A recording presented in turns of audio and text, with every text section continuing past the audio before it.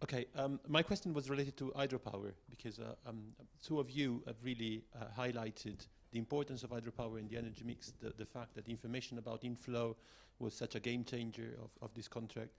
And still, Matteo highlighted the fact that there were 4 contracts that provided some indication of that. So I'm interested in understanding your view on what we should do on the operational phase and how much coherence we should put between the different projects, and how far should we go in terms of what to provide and what to leave to the intermediaries and the companies.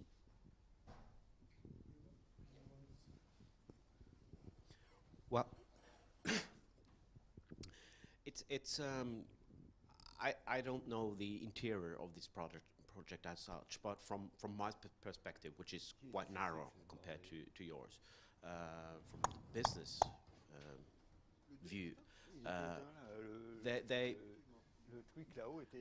my expectation would be that they're not that interested in the climate thing as such, more or less the volatility it's extra that it causes over time. So that would definitely be of interest. And when it comes to inflow and hydrology, the mere fact that these data now are available and that I can point to it is important. As I stated also in my short presentation, there should be something. Well, the maintenance of this is important. That this is maintained and so it continues to be available. I'm a bit afraid that this database could die out, to put it like that, become extinct.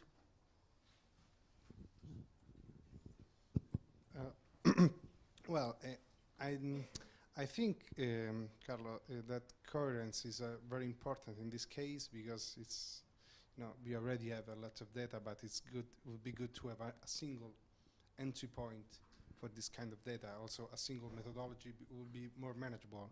From my side, even if it's a bit too early to give you the big picture, but yeah, having the inflow has at a high resolution, I mean, temporal resolution with a catchment level like today is available for historical and climate change projections, accessible maybe through the CDS, so in a efficient way, that from my side it would be enough at this moment. So, but yeah, just a short compliment from me. Initially for ESEM, what we planned to do was to make hydropower for time series and projections at the plant level for every single plant in Europe, or at least the biggest ones. And what we miss for that, now we have with the water project in particular, we have catchment data for inflow, and what we miss for that is the database of plants over Europe. So if by any way someone has any mean to produce that or to encourage energy companies to provide the data which are necessary to build that, we would be able to provide hydropower potential production at every single plant level. But this database doesn't exist or is not public yet. So. But do you think the mic is right here? But so that's a very important point, and I guess my question there is how much of that should be within the proposition of Copernicus, and how much should be left to the market, because clearly there is, information on inflow is critical for management decision, and is sensitive, and so energy companies are not particularly keen to share it. And I guess that was part of my question. How much should we go downstream, and how much, what is the right level in your opinion? Well, at least I think that both projects have made the proof that we can do it if we have the right data. So I think it could be imaginable to do at least part of the work, for instance, just representing the most important power production units, not every single one. For instance, in France, we have 500 or so hydropower plants, and maybe we need to model 50 or 100 of them, which would be sufficient to represent the global behavior of the whole country. But yeah, I think this should be the target at the end. But, yeah, it's very sensitive. Yeah, I just want to add one thing that we had long discussions about that, and indeed we in Clean for Energy we decided to stop, not to go too far, because then we do the business, we do what the business should do. So at some point we have to, and the inflow was the level of stop. I'm sorry. We have to move on to the next question. Okay. Good morning. My name is Cristina. I'm from Italy. I work for a consultancy company. And I have a question for Laurent. Even if I think that every one of you can give its own opinion about that. It's about time resolution of data. Because we saw many case studies about projections and time series at an annually, monthly, daily resolution. But especially for energy demand, when peak demand is very critical. You told yesterday that there is no specific need so far for example, hourly data. But since we work with dynamic simulation of systems, energy systems, I'd like to know if you'd like to push further your analysis. Thank you. If I said that there was no usefulness of hourly data, I was perfectly wrong. I didn't say what I meant, but yeah, indeed it's true that when you want to look at peak demand, you need hourly data and so on. The limitation in the current contracts was that we were working with era interim, in which you have 6 hourly or at the best 3 hourly data. You don't have hourly data, so you should make some interpolations and so on. And you have to bear in mind that these were proof of concepts. So it was to demonstrate what was possible and so on. Then ECMWF will implement an operational phase in the next 2 years or so, and it will be based on ERA 5, which will be hourly based. And so the goal of ECMWF is to have this kind of data sets at hourly time resolution. But yeah, in these contracts we were not able to go. Yeah, we made some tests at 6 hourly, but 6 hourly are daily, not that different. So it was not worth doing it for those contracts. But the next one, I guess, and I speak under the control of Carlo, will be at hourly time resolution. Yeah. Well, I've got another question. This is for the freezing rain. It's related to, actually, because, yeah, you mentioned that obviously this is a quite important phenomenon, just talking about the impact that this has on economics. But it's marginal at the same time, so you need special conditions in the atmosphere for that to happen. And from experience, so as I said before, I come from the wind industry, and well, in Spain, people tend to think that it's always sunny, but some of the wind farms are located up in the mountains as high as 1,600 meters. And in that, for that special conditions then, some snow events of a few, like this year, happen with heavy snow loads on electrical pylons and a combination of wind, and both, as it happened for one of our wind farms, 4 pylons came down.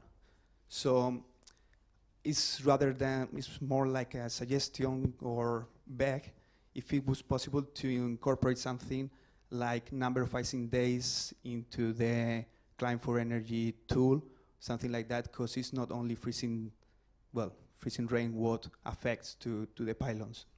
That's essentially, or what's your vision on that, at least? Yes, I thought too that why the freezing rain is risk to the whole system is that the power plants and the substation could be affected.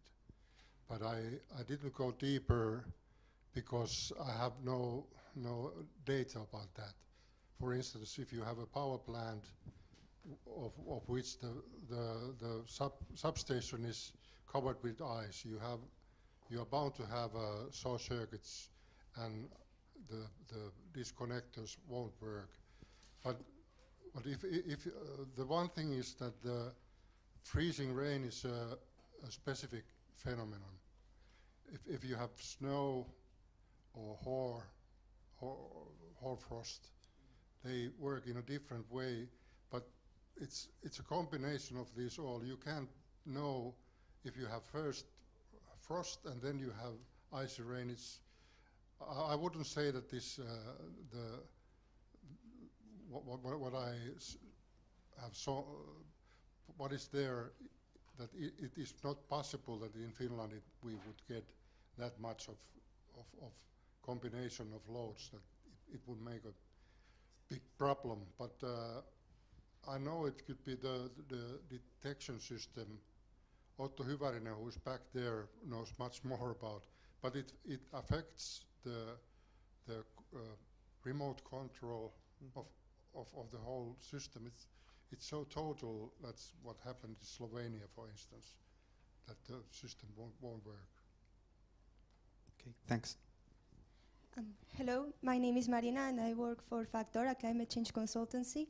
And my question is actually for Jens. You had a slide on applications that you had identified for your problem, but you didn't have time to ponder about it, and I was wondering if you could give us a couple of ideas on how to... Sure. Yeah, so those forecasts for seasonal wind or seasonal capacity factor, we think they are useful, of course, for companies that own the wind farms, but also they are of essential importance to the grid operators, because as they have to balance the supply and demand. If there are long periods without generation, they should be ready to have the backup ready. And also for operations and maintenance, that could be useful if you anticipate periods without wind. It's the right time to go to the wind farm and do the maintenance. And probably I'm forgetting something. Power prices. You can, in places like Spain where there's a lot of wind power, the wind has a big, strong influence on the prices. So if you want to sell energy and so on, it's a good idea to look at those forecasts also. Are there some questions? Some more? Yes, there. So can you, thank you. Thank you very much. Hi, my name is Renata. I'm meteorological service from Croatia. We had also problem with the freezing rain in last year. I don't know which year it was. But do you have measuring of ice on power lines?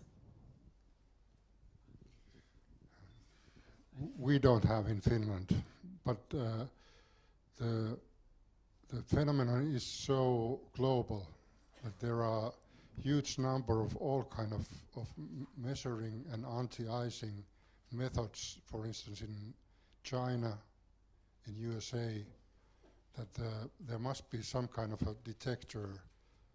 We tried something with the whole frost, but it didn't work very well.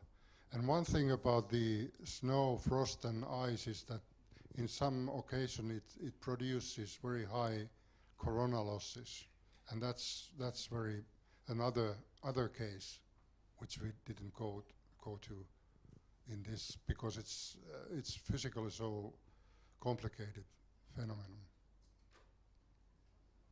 I think there's a comment from Carlo. Yeah, I was keen to make a comment just to stress a point that was made yesterday, which is the fact that these are demonstrators of a technology. But I mean, you were commenting about the availability of the data and other parameter. The data behind this demonstrator, but the climate data is available on the Climate Data Store. The Climate Data Store will open in 3 weeks and will come with a set of tools that you can use to make your own post-processing. So if there is a parameter that is not included in this demonstrator, you have the possibility of develop your own demonstrator, so to speak. So there will be training courses coming up. There is a hackathon at the beginning of June at ECNWF. If you want to come and play with the system. But the idea is that anyone who has a bit of ability to write script and code can develop their own application and play with the data in the way they want. Thanks, Carlo. Do we have more questions? Yes. Could you pass the microphone, please? Thanks. Thanks a lot. If you can present yourself also. Good morning. I'm Caroline Lee from the International Energy Agency. Thanks very much to all the presenters for a very interesting discussion today. My question is for the last presentation. You mentioned this very briefly in your presentation, that the structure of the energy system or the composition of the energy mix, of course, is also something that will affect the vulnerability of the energy system.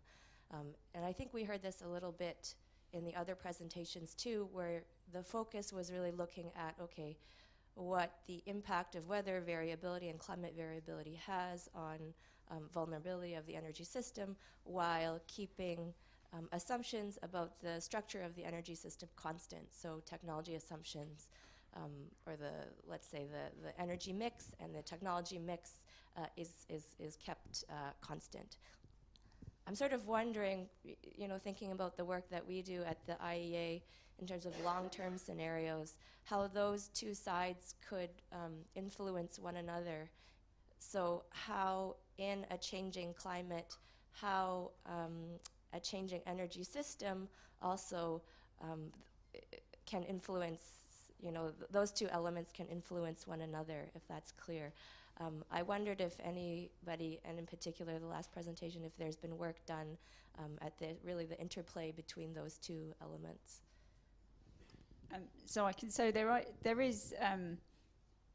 has been some work done. So within this context, for example, there are future energy mix scenarios into the demonstrator. So not only including just the weather component, but sort of future energy capacity factors for different renewable sources, for example. So that some work has been done on that. There's a lot of assumptions that need to be made going into that. How you can take that forward, perhaps other people have better ideas than me. Some of that has been done, but our main priority and concern here is to look at the climate and the weather impact onto the energy system. So that's sort of where most of our focus has been so far. But I don't know. Yeah, if I can comment on that, I think it's very interesting. Of course, the advent of renewable energies. It's mostly due to climate change. I mean, as we know, more of climate change, we are more conscious that we need to go to green energies, and green energies, as you have seen, rely on weather and climate variability, so we need to understand even more climate. So I think it's an interesting loop. Well, if I can just make a comment as well, I'd like to mention that basically the way we worked in ISEM was intended to be able to adapt the results to different energy scenarios. So we worked mainly with capacity factors and so on, so that when you have installed capacity and evolving installed capacity over the future, you can use those scenarios, those energy scenarios, on top of this climate variability and climate change impacts to provide full information in terms of megawatt or megawatt hours and so on. And one of the difficulties we had in the project is that from the EIWay 2050 project, we didn't have enough data because they provided their baseline, which was based on 2014 data, and then their projections to 2040 and 2050. So only 3 values over 40 years, and then we had to make assumptions and linear interpolation for installed capacity and so on, for instance. So I think there's a gap there which needs to be filled, and which consists in having more interaction between the climate community and the Copernicus community in particular, and the energy agencies, including yours, for instance, to work on what is the necessary information to provide such kind of projections as we did in the contracts, and what information is required. I know, for instance, that there is the new EU policy scenario, which is called reference to 2016, and there will be a new one later this year, I think, in which the available information is provided every 5 years, which is much better to assess the evolution of the share of renewables, for instance. So I think there is space for more discussions, more interactions between the climate community, the Copernicus community, and the energy agencies, energy companies, and so on, to better work together in that direction and to provide more relevant and reliable information. Okay, so I think time is flying, and we have to finish this session and close. And I would like to thank all the speakers and all the questions.